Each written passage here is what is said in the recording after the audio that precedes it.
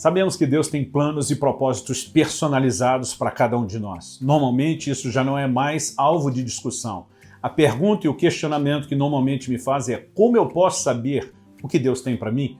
Porque sem esse conhecimento não podemos nos colocar à disposição do cumprimento do propósito. E é exatamente sobre isso que nós queremos conversar hoje. Fique comigo e nos próximos minutos nós vamos desenvolver o assunto.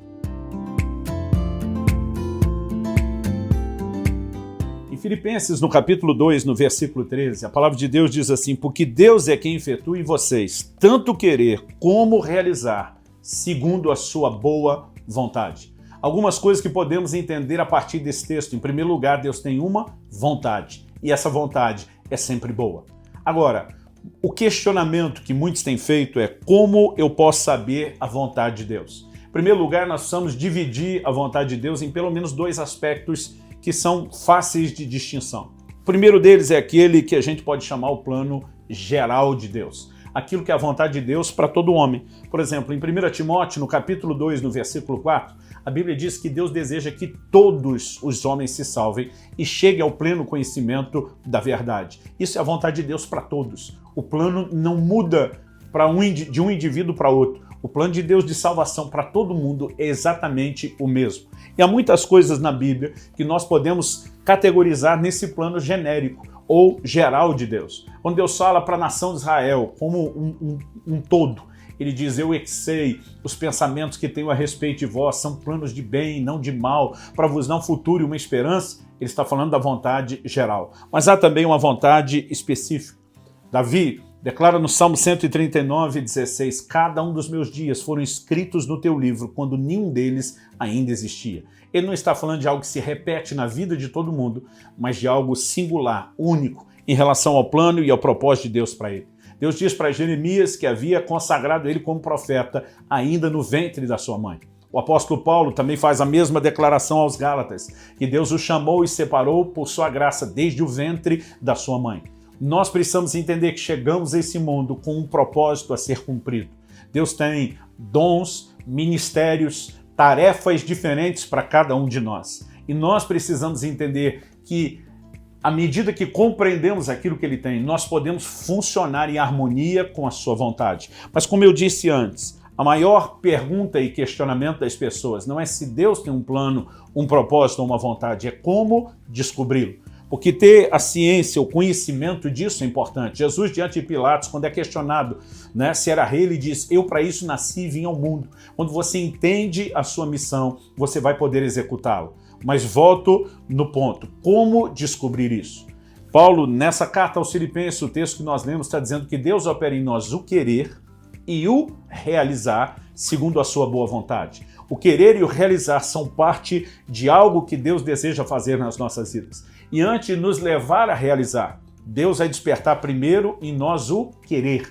Isso significa que Deus desperta em nós desejos, anseios, algumas vontades, ou numa linguagem mais atual, a gente poderia dizer alguns sonhos, alguns anseios. E muitas vezes as pessoas gastam muito tempo procurando a sinalização da vontade de Deus no lado de fora. Eles estão esperando uma palavra profética, eles estão esperando um sonho, uma visão, uma comunicação extraordinária, e eu quero deixar claro que eu não sou contra nada disso e creio nisso de coração. No entanto, o papel dessas experiências ou manifestações não é nos dirigir. Romanos 8,14 diz que os que são guiados pelo Espírito de Deus são filhos de Deus. O Espírito Santo tem uma forma simples de nos orientar e de nos dirigir. Logo depois de falar isso, no verso 14, no 16, Paulo diz assim: porque o Espírito testifica com o nosso espírito que nós somos filhos de Deus. Há um testemunho interior simples do Espírito Santo a respeito daquilo que Deus quer falar e comunicar conosco. Então, o meu conselho às pessoas é: você não precisa procurar tanto a sinalização do lado de fora. É possível, é até provável que em algum momento Deus vai usar essas manifestações do lado de fora como uma forma de confirmar aquilo que Ele já colocou do lado de dentro. Mas o que temos dentro de nós é um anseio, é um desejo. Desde a minha adolescência, algo consumia o meu coração.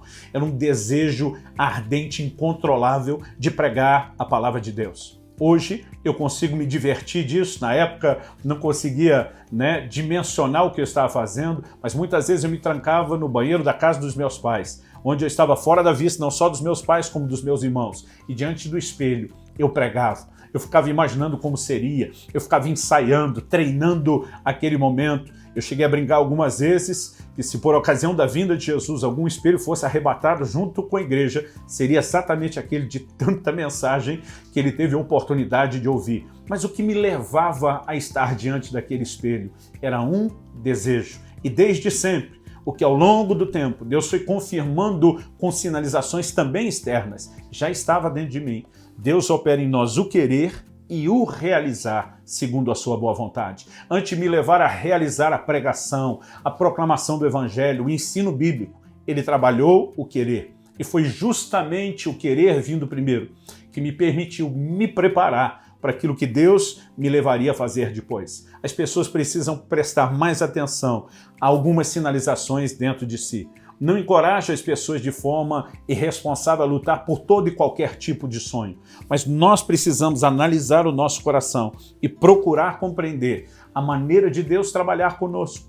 Quando a Bíblia diz que Moisés matou aquele egípcio, na pregação de Estevão, em Atos capítulo 7, nós lemos uma explicação que Moisés cuidava que os seus irmãos haveriam de entender que por meio dele Deus traria livramento a Israel. Naquele momento, ele já se via como um libertador, ele já se via como um instrumento de Deus para socorrer o seu povo, porque Deus estava operando dentro dele anseios. A palavra de Deus nos fala a respeito de Josué, que ele não se apartava da tenda do encontro. Mesmo depois que Moisés saía dos encontros com Deus, ele ficava lá. É como se ele olhasse e admirasse aquele lugar onde Deus dava a direção a um líder para conduzir o seu povo. E Deus já estava forjando dentro dele um desejo. O desejo de um dia também liderar a nação de Israel.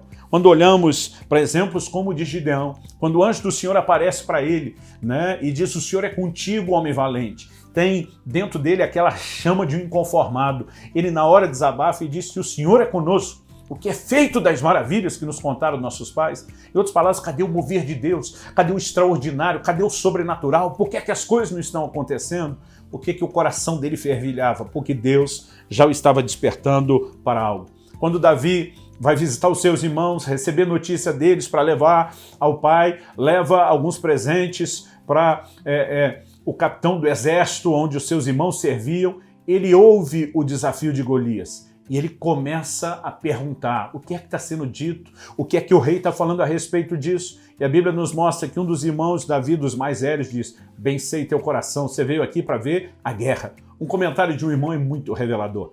Isso me faz imaginar um Davi, cada vez que os irmãos chegavam em casa, ele queria saber tudo a respeito da guerra. E é como se eles dissessem: isso não é para você, não te interessa, não é da sua conta. E nessa hora, Davi perguntando, eles agem da mesma forma. Agora, esse questionador Davi a respeito dessas coisas viria liderar o maior exército de conquista que a nação de Israel conheceu em toda a sua história. Aquilo não era mera curiosidade, havia um anseio dentro dele. Nós precisamos gastar tempo com Deus, questionando alguns desejos antigos que nos perseguem. Eu tenho conversado com pessoas que dizem a vida inteira: meu coração queimou em fazer algo por crianças, mas eu nunca fiz. E eu pergunto: se uma vida inteira o seu coração queimou, por que é que você não fez? E muitas vezes a resposta que eu ouço é porque eu não tinha certeza do que Deus queria.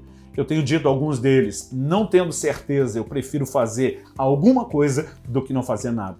E para fazer alguma coisa, nós normalmente começamos daquilo onde o nosso coração está sendo despertado. É lógico que o coração pode se apartar para o lado errado, por desejos e motivações e ambições erradas, mas à medida que nos posicionamos diante de Deus em oração, sensibilidade no relacionamento com o Espírito Santo, nós podemos checar se o que está dentro de nós está alinhado com aquilo que o Senhor tem para as nossas vidas. José foi um grande líder que salva não apenas a sua nação de uma fome que viria, mas guardou e protegeu o Egito, uma nação inteira, e tocou o mundo dos seus dias. Deus já trazia sonhos ao coração dele desde garoto, que um dia ele estaria numa posição de liderança, que seus irmãos se curvariam diante dele. Isso ardia no coração de José de tal forma que enquanto ele está como escravo, ele se torna chefe dos escravos. Depois, quando ele vai injustamente para a prisão, ele se torna chefe dos presos. E eu tenho dito às pessoas: se você tem um chamado para liderar, lidere no lugar onde você está. Lidere na dimensão que Deus lhe confiou, porque se você for fiel nisso, são apenas fases de treinamento, onde Deus vai te levar adiante e vai te promover a fazer mais. Talvez haja sonhos no seu coração de ser um administrador público exemplar, do nível como Daniel e José foram, testemunhando a favor e não contra o reino de Deus com a sua conduta e o seu bom exemplo. Talvez Deus tenha colocado no seu coração o anseio de ser um pesquisador e trabalhar com descobertas que podem revolucionar a ciência e o curso da humanidade. Talvez Deus colocou no seu coração o anseio de ensinar e treinar pessoas e capacitá-las não apenas para melhorar a vida delas, mas para ajudá-las a melhorar a vida de muitos outros. O que quer que arda no seu coração como vocação. Se você é um filho de Deus, você precisa prestar atenção que isso pode ser mais do que uma aptidão profissional, pode ser os indícios de uma área onde Deus quer usar você. Se nós gastarmos tempo suficiente diante de Deus orando para discernir, vamos descobrir que alguns desses desejos antigos, insistentes, que se recusam a morrer dentro de nós, são na verdade a sinalização da vontade de Deus. Porque, como já falei antes e repito, a maior sinalização do plano e do propósito de Deus não está do lado de fora, está do lado de dentro. Então vamos prestar atenção, vamos corresponder com Deus, nos entregando cada vez mais a um clamor para que a vontade dele se revele, mas também ficando atento a esse tipo de desejo que arde dentro de nós. Porque o Deus que opera em nós o querer, também vai operar em nós o realizar. Se correspondemos na primeira etapa, desdobraremos para a segunda e poderemos cumprir o propósito de Deus. Que o Senhor te abençoe e que você viva para cumprir aquilo que Ele sonhou a teu respeito.